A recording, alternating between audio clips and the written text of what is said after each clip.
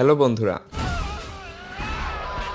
বিয়ে একটি খুবই পবিত্র জিনিস যা দুটি অপরিচিত মানুষকে একটা অদৃশ্য বন্ধনে বেঁধে ফেলে, দুটি পরিবারের মধ্যে আত্মীয়তা সৃষ্টি করে। যে কোনো দেশ, সংস্কৃতি বা যে কোনো ধর্মে বিয়ে খুবই পবিত্র একটা বস্তু। আর আমরা সাধারণত বিয়ে বলতে বুঝি সবাই খুব সুন্দর সুন্দরভাবে সেজে বিবাহ অনুষ্ঠানে অংশগ্রহণ করবে, অনেক আনন্দ আর খাওয়া দাওয়া হবে।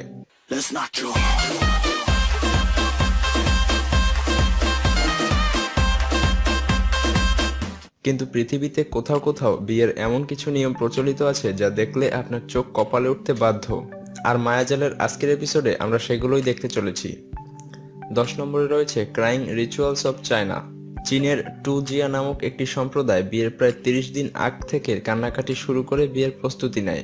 বিয়ের 30 দিন আগে থেকে বিয়ের কনে প্রতিদিন 1 ঘন্টা করে কান্নাকাটি করা শুরু করে।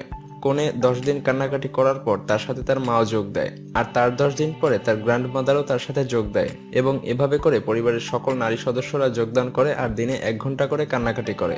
আর এটা তাদের কাছে কোনো কষ্টের কান্না না, বরং এটা হচ্ছে গভীর ভালোবাসা আর খুশির কান্না। আর তারা সবাই একসাথে গান গাওয়ার মতো সুর করে কান্না করে, যা অন্য কান্ট্রির যে কোনো মানুষ শুনলে ভুল করে ভেবে বসতে পারে যে তারা হয়তোবা গান গাইছে।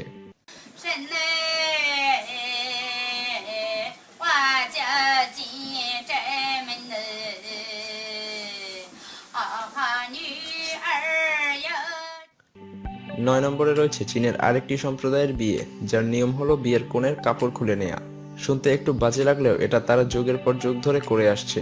এখানে কোনো মেয়ের বিয়ে হলে বরের বন্ধুরা কনের কাপড় খুলে নেওয়ার চেষ্টা করে, আর বর তাদের থেকে স্ত্রীকে সেভ করার চেষ্টা করে।